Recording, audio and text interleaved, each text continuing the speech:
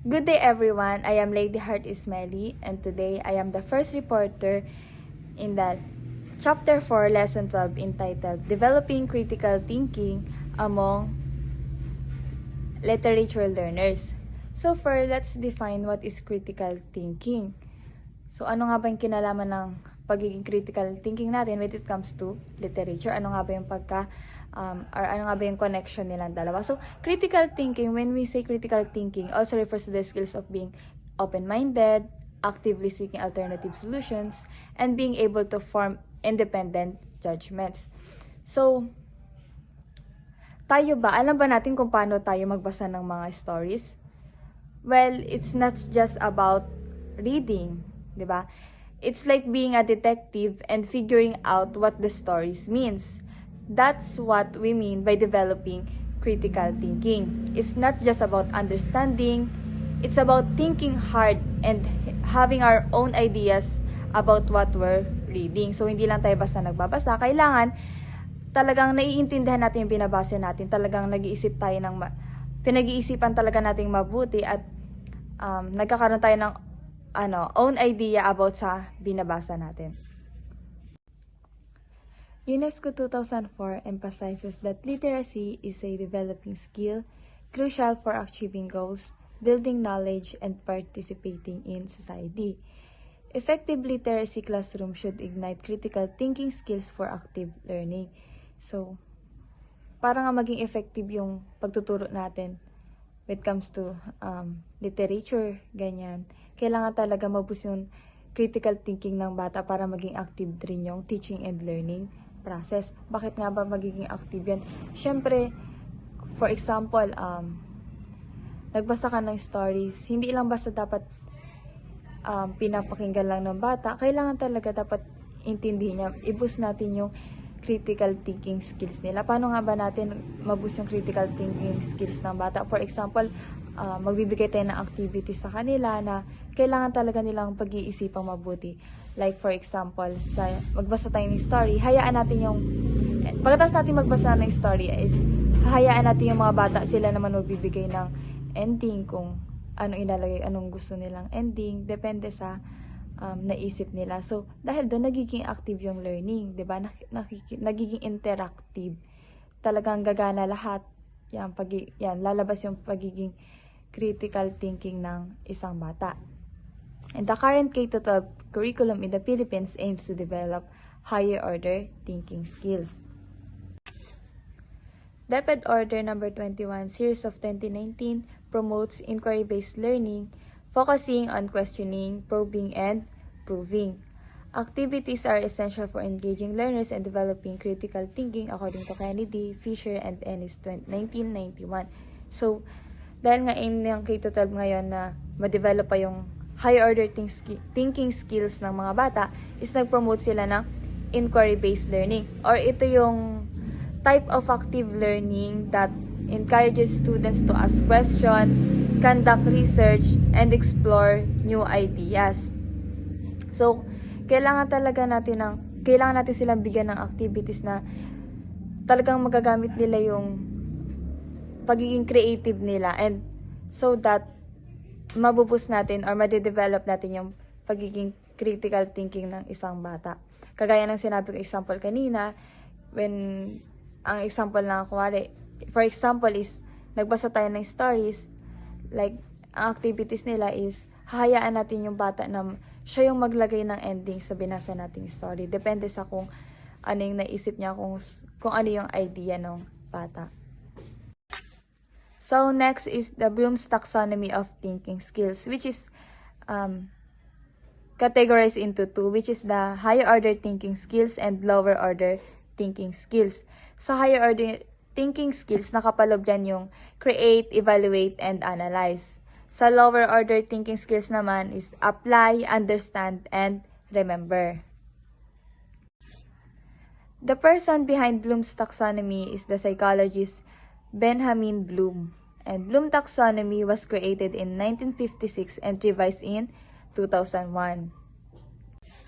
So when we say lower order thinking skills, it allows the learners to plainly give back what the teacher provided them or what the book gave them. So parang dito, inuulit lang ng mga learners kung ano yung nakita nila sa book or nabasa nila.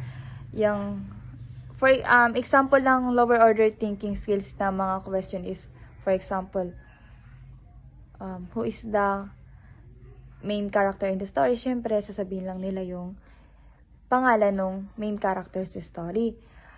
So, yun yung example ng lower order thinking skills. Kumbaga, binibigay lang nila kung anong nakita, nabasa, or narinig nila sa stories. While higher order thinking skills naman, it involves the use of the piece of learning given to the learners in order to take concepts, combine the pieces of learning, evaluate something, or creating something out of the learner. So, dito sa higher order thinking skills, dito, for example, activities dito is, yun nga, for example, yung ikaw magbibigay ng ending, and then, i-define mo yung main character, hindi lang basta ibigay yung pangalan, i-define mo siya, anong klaseng character siya, ganyan. Yan yung higher order thinking skills, or yung ginagamitan mo talaga ng, talagang, pag-iisip mo in your own idea, concept, or paano mo i-interpret yung stories. And lastly, kapag nagbibigay naman tayo ng mga activities sa mga students natin is haluan natin ng mga enjoyable techniques para maging enjoyable nga and active yung activities natin. Okay, for example is passing the bouquet. So, paano nga ba itong passing the bouquet? So, passing the bouquet is choose a familiar elementary song and group the class into 3 big circles. Then, pose a critical question in front. Then, ask the pupil to sing. So, kakanta sila. And then, let them pass on something. Kailangan may pinapasa sila sa bawat isa na, for example, pen, handkerchief, or anything. Ganyan. And then, habang kumakanta sila, pinapasa-pasa nila yung gamit na yon. When you say stop, pupil holding that thing will have the chance to answer the question. Kung sino yung naabutan ng paghinto ng tugtog, kung sino yung may hawak ng bagay na yon, siya yung magsasagot sa katanungan na nakapose doon. Yun yung passing the bouquet. And next is the trip to Jerusalem. So, familiar naman tayo dyan, di ba? So, i-group din natin yung class natin into 2 big circles. Then, yan. Nakapalipot din yung chairs. So, familiar naman tayo dyan sa trip to Jerusalem. And then, yan, magpo-pose ka rin ng critical questions in front. Then, while playing a song, pupils will walk or dance, di ba? Yan, sasayaw-sayaw sila doon. Iikot sila sa nakapalibot na upuan. And then, kapag huminto yung tugtog, kailangan paunahan sila dun sa upuan. Yung taong nawala ng upuan, syempre, siya yung magsasagot dun sa question na nakapose sa harap. Next is the question prompts wheel. So, create a wheel of critical thinking questions. Discuss each question on the wheel. And then, give each a pupil number.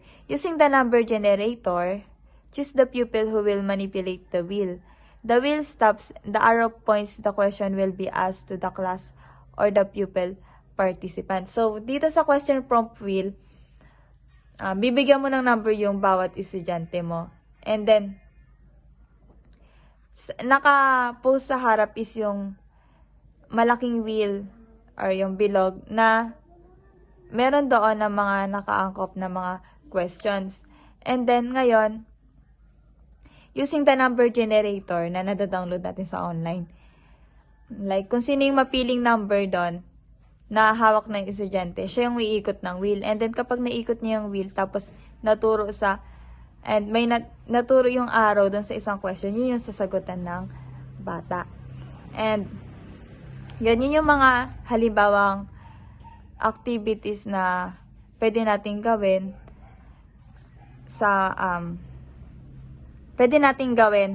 para maging mas enjoy pa yung activity natin. And remember, using critical thinking questions and combining them with interactive techniques can also develop communicative skills and collaborative connections between and among the learners' classmates. At the same time, the class enjoyment to improve listening and speaking literacies is heightened. So, kapag ginawa natin yon, hindi lang basta natuto yung bata, nag-enjoy din sila. At talagang mariretain sa kanila yung knowledge, yung kaalaman na ginawa nyo dahil very enjoyable and memorable. So, that's end my report and thank you for listening. Hi everyone, I am Generous Empeña and my topic is all about Six Thinking Hats by Edward D. Bruno in 1985. So, Six Thinking Hats as a teaching strategy, it is utilized to enhance critical thinking, creativity, and collaborative decision-making among students. So, each hat is represent a different cognitive approach, so allowing students to explore a topic from various perspectives. So, later on is, i-discuss ko yung anim na thinking hats. So, before now, let's discuss the benefits using the thinking hats. So, the following are some of the benefits of using the Six Thinking Hats as a teaching strategy to develop high-order thinking skills of students. So, number one is, it is a powerful decision-checking technique while promoting collaborative among pupils.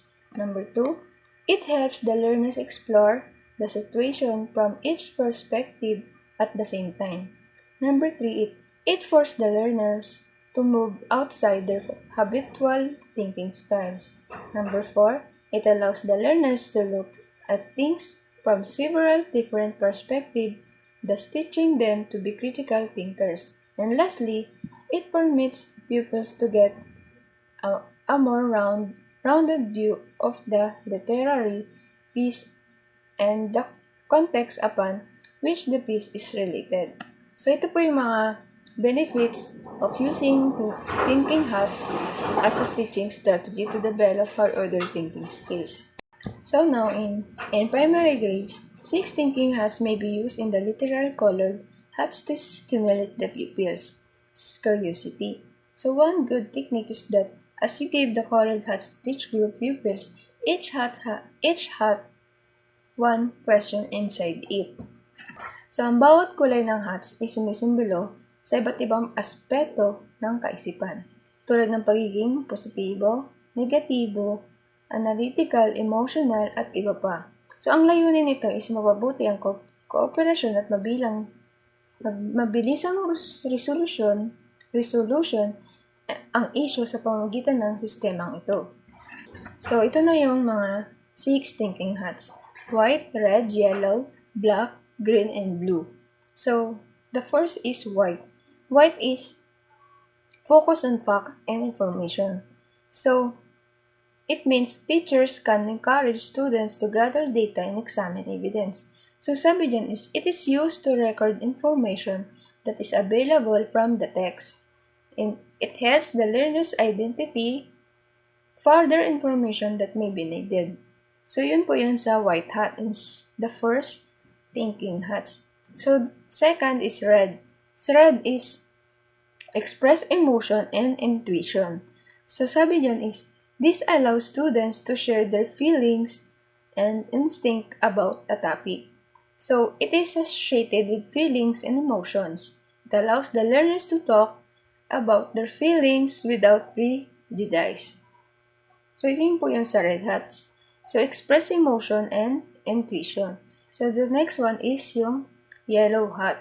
Yellow hat is a positive thinking. So, it is encourage students to identify benefits, strengths, and positive aspects. So, sa yellow is it is used to elicit positive thoughts and views. It leads the learners to look for the benefits in the context. So, sa black is in-encourage na daw yung students to analyze potential issues. So, next is yung green hats.